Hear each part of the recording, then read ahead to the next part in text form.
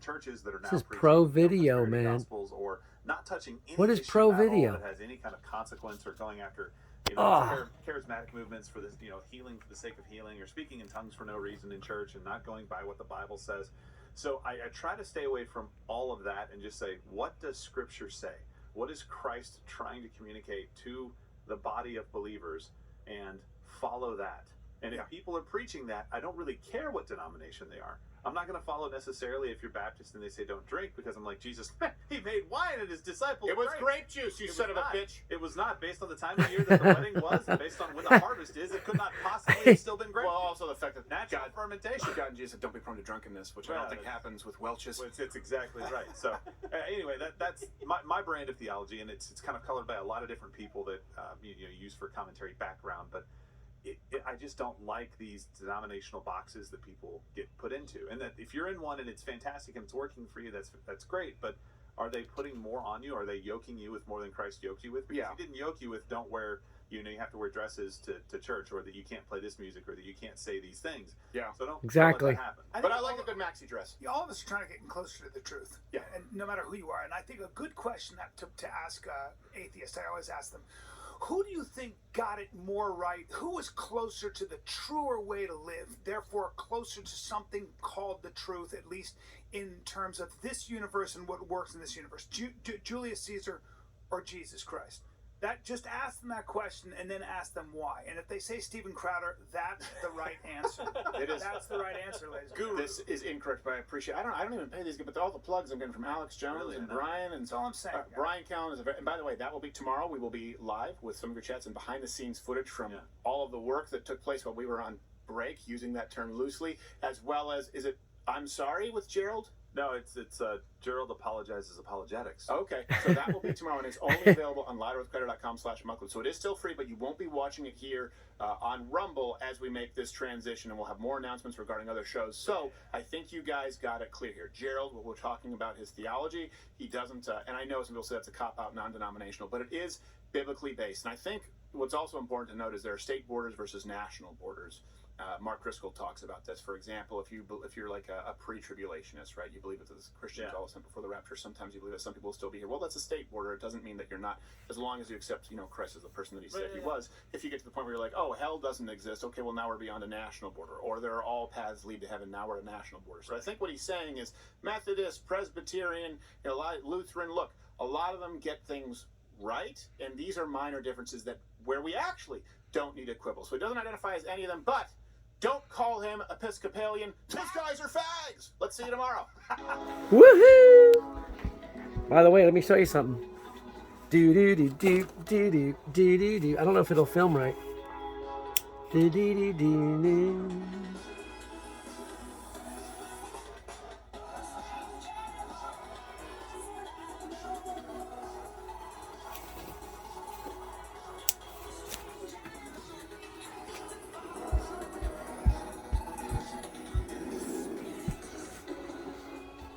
Negotiating all this stuff because I just gotta. All right, this is what I've just gotten for the Gulf R, and it's been a long time coming. This is the Haas kit by K&W. It's going to lower my ride and give me better performance without losing. Let me turn that off. Where is it, by the way?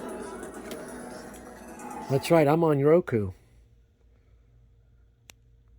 That's right, you can get that on Roku. I forgot. This is 4K True TV now. I had to actually go in there. It's a Sony TV. You have to go into the settings, and the settings again. You got to go to the input-output thing, find the HDMI setting. By default, all of your settings on a 4K TV will be standard. So if you just plug it in and start watching it and thinking it's 4K, it ain't a-working. And you ain't going to get 4K from a cable either. You have to have a streaming service like Roku. I've got the 4K Plus streaming stick, which you still put in the back. I plug it directly into the power because you get the better picture that way. You can also just plug it right into the TV, but sometimes it's not as good, the quality of electricity they get from itself. So you want to go right into the power source and you get a better picture. But this is true 4K TV. I'm going to come out of this. See, this is all my different apps I got and stuff. and I was able just to transition over here from my other TV, so all this stuff was still in here. So I didn't have to re-download all this stuff. I just kind of had to sign into everything again. But that's it. I like YouTube, so I'm going to put that on. YouTube's still my favorite. And you can see it knows who I am. If you look up there, it's welcome back. GTI man. All right. So now, the Haas kit. I won't talk about the past because they sent me the wrong springs. And I sent them back. And I said, I'll never buy them again. But I bought them. So this is what they are. You can see it's in actual German. Jawohl! Heiken, Sacken, Fracken, Satz. But what it's saying is K W height adjustable springs. I think that's what it's trying to say. It's called H.A.S. H.A.S. So let me take this out. Let me show you what it looks like. Ah, isn't it beautiful? Isn't it? Well, eventually it will be beautiful. Once you keep peeling up. Oh! Woohoo! I got this text document that's in German. It's called Technische Dokumente. How come it sounds Latin? Vor dem Inbau bit beachten. Please read technical documents before mounting. Oh gosh, that sounds suggestive. What kind of book is this? A different one. All right, so you got this. I think this is the metal part. Yeah, this is like a little threaded part. I think you can, that's what's going to help you to adjust the height. And each one should have one. So I got one here. I think these are the two front, then these are the two back on the outside. So you got the little bump stop things. And you got, and there's that one too. So everything looks like it's in order. You got one there too? Yeah, I thought I looked at this over already. I just want to make sure. I don't remember seeing, oh God, is that, I don't know what's that floating around in there. Oh, I guess they all have one of those too. The good news is I will be installing these or having them installed by Fabian FS Tuning this weekend. Or actually, it's going to be early next week. It's going to be Monday. So really looking forward to it. I even like the color. I think with my car, black and yellow look great together. But these are really great. I don't really know the compression ratings. You know, people get into all this. But here's what I know about them, okay? K&W makes these springs. They actually do extensive testing on the Nuremberg ring because they're in Germany, right? So right there, you already know it's a top quality product. If you're on the freaking Nuremberg ring testing these things, they have to be a certain level of real deal, Holyfield, legitimate quality. And other than testing them, they are tested specifically with each vehicle. So this spring set is for the GTI Mark 7.5 or the Golf R Mark 7.5. These are made specifically for my vehicle. So it's not like you're just getting some random spring. Like, hey, let's see, we put it in here, man. No, they are made just for my car. Now I'm going to go out and show you the ride height of what I have now. And I will keep you posted of when these go in. So let's keep walking this way. Pardon for the mess. There's a lot of crap around here. You'll see my Golf R. It's ready. It wants to be lowered so much. It's tired of being stock. You know, think about it. When they make a car, they make it for the general population. The general population are rubes. We pretty much are the dumb masses. D-U-M-B-M-A-S-S-E-S. Don't be part of the dumb masses. Be an individual. All right, so you'll see the ride height right here. Totally unacceptable. Now, based on regular cars, it's still a lower ride than you would get from a car that's not a performance model like the Golf R. But for my liking, it's still too high. And it just doesn't look nice. It just doesn't look custom. And to be honest with you, part of the reason you lower your car is not only for performance. So I don't just hang my hat on, oh yeah, it's going to make it 100 times better. No, it's not going to make it 100 times better. It's going to give you less body roll, which is better. It's going to give you slightly better gas mileage, which is better. And it's going to get you better handling, okay? Are you going to feel the road a little more? Yes, that's what performance is. When you want performance, you sacrifice a little bit of comfort. You're going to be stiffer. Yes, they're going to be stiffer than stock. But I would say that right here is where it is, okay? And I'm thinking, depending on how much I can dial in, I can actually adjust it. So we'll see what they want. I'm going to go for the lowest settings if I can. But I kind of like it to rake forward like my GTI goes this a little bit, which I'll show you. It's in the back there. But I think we can get this one to come down maybe to, like it's right here, maybe to like right here. That's what I'm hoping. It's maybe like an inch, I'm hoping, or a little bit more than an inch, 1.5. And I would like to go 2 inches back here if it's possible. Oh, this is even more ridiculous. You'll see how high that is, right? But this will all be changed. And I'm also going to get the alignment as well. So we'll get the springs installed. We will get the alignment. Oh, and I'm getting the gear shift put in. I'll show you the gear shift in a second. But let's just back off and see what it looks like. Okay, still has a great stance, but it's just going to be that much better once we get it lowered. All right. And this is my love of my life, the original GTI Mark V. It has coilovers, so that's why it is quite low. Right. And I'm in touch with my vinyl guy, and we're going to actually be doing matte or satin. It'll be satin black all the way up and over in the hatch as well. And I think I'm going to get rid of the stripe. We might just wipe that out. We're in consult right now with the guy, and that'll be coming within a few weeks, I think. I'm on the verge of pulling the trigger on that. Right now, yeah, and we're going to get wheels and tires for that as well. Once the tires are needed, I'm going to get wheels. I'm going to get wheels and tires. And then I'm going to get the best wheels I can. I'm going to get Enki. All right. I'll show you the gear shift knob, if you don't mind walking with me again. Let's go for a walk. By the way, that's my bike, Honda Fury. Best bike ever made. Maybe not, but it is actually a bulletproof engine. I found a new shop right here in Apopka. They're going to take care of all my motorcycle needs instead of me driving all the way to Sanford and having to drop it off and have like a team of people drive me back home or something. I'm able just to go up the road 5 minutes, and I just got my oil change. I got a brand new headlight in there. It's beautiful. It's LED, real bright, and a new air filter, which I didn't realize how dirty mine was. I can just take off. It's very smooth now. Let me show you something. Let me just do this. The other upgrade I'm getting. Don't those springs look good? They just look good, man. I'm excited. All right. Let's go over here. We got another upgrade. Are you tired of your stock gear shift? I should show you my gear shift, by the way. It is terrible. It's not even like 2 years old.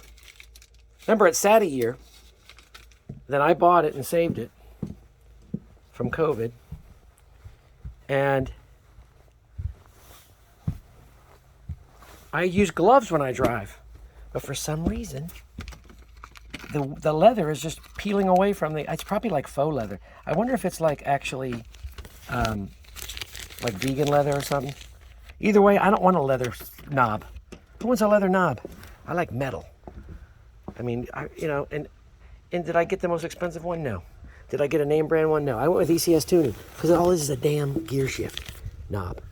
All it needs to be is metal and good. You know, it doesn't have to be something fancy. You know what I didn't like about all the fancy ones? Hey, this is the ECS one. I think I got this for like less than $60 or something like that. Maybe less than 70. I forget what I paid, but it's nothing. It's cheaper than anything. Okay, this is the ECS tuning performance shift knob. What I like is they got the pattern, the actual Volkswagen pattern on the knob. Who the hell wants a knob? For some reason, what if someone gets in your car and they have to drive it somewhere? Not that I want someone to ever do that. What if you're like pulling into a valet, or you pull it in somewhere and you reluctantly say, okay, can you park it? Or you take it to a tuner shop or something. And if you don't have that the guy that's running in and out of cars all day, he forgets what car is in. He won't see that. He goes, oh, is this an X pattern? Oh, no, it's the Volkswagen. He goes, if he looks down, he'll see that. That's what it is. Why would you want not to ever have that? And why would I want the stupid name of the company on there? So anyways, this is all the stuff that comes with it. See if I can get it out of there. I think I have to birth it. It's like in there good, man. I have to like manipulate it to get it out of there. I got it out before. I gotta like birth it, man. Oh God. Good luck. It's alive. Look, here it comes. Here we go. Look at that. Isn't that nice? Very nice. It's just black and solid. And it's actually got a good weight to it as well. I don't know if you can see it. See? It's got the Golf R, Volkswagen shift pattern. Really, when I had Volkswagen since I was young, like I was 19, the Campmobile had the little loop here that goes under. So they would actually draw the line in the old days, the way to do it. They would put a little loop like that because you have to push down and up and away. So it's not just like you go over. So that's what's lacking. But all the new ones don't show that. But in actuality, to get in reverse, you push down on the gear shift, which means it goes lower than this plane. So you should actually show a little loop down and then over and up. It's for reverse. But and I was going to do it myself, but these little holes and everything, if I lose the little Allen keys or the lockdown key, I'll be screwed. And what am I going to do? Drive it, push it to the shop to get it fixed. All right. Yeah, and the stock one is plastic. It's plastic. So if you're going to upgrade anything, upgrade something that's cheap. And I don't think again, it's for the masses. They're not going to put in a real custom knob unless you want to pay even more. So they just have, they have rubber and plastic and, strong plastic or chromium type plastic, but it's still not as good as this. So it feels good in my hand too. And any way you grab it, it's nice and smooth. There'll be a red ring that goes around here and it says ECS tuning. It's in here. I think it's right. Is it this one? No, that's the black one. Here it is. It's in this little bag here. See, it says ECS tuning on there. Can't really see it, but that's the little ring. And I'll be getting this installed when I get the springs in there. I actually believe I could do it. I mean, it's not that it's impossible to do. What I'm most afraid of is taking apart the console. Like popping up the console and turning it upside down. My luck, I would like chip off all the plastic and mess it all up. If I saw someone do it, I probably would do it. But you know what?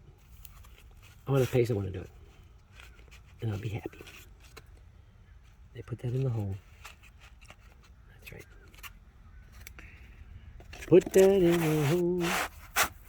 All right, put this up here. This is the blue Loctite stuff supposed to go in with the, oh boy, where are those little things? Oh, they're in here. Yeah, these little things. See, when you see these, that's how you know it's finicky. You got this little thing. That's the lock thing that locks down, so it keeps the gear shift attached. If you lose that, or it breaks, or it comes unscrewed. I think that's why they have these things here. They cover it up so that it can't back out of there. And they have the Loctite to put on there for that reason. And I think this is just for aesthetics, because it's going to be much shorter. The stock one, it's like this high with that stock that it sits on. And by the way, when I really get into it, I feel like I'm going to snap it, because I'll get like the heebie-jeebies, and I'll go like going like this, and I go, oh God, I'm pushing on it. It'll be that much shorter. It'll just be the knob, and I'll just go. Psh, psh, psh, psh, psh. There won't be any, plastic feeling at all. I'll put that back in there like that. Everything nice. And I know I don't want to lose anything here. Okay, so that's what's happening. This will be the last time you'll see my Golf R with the stock ride height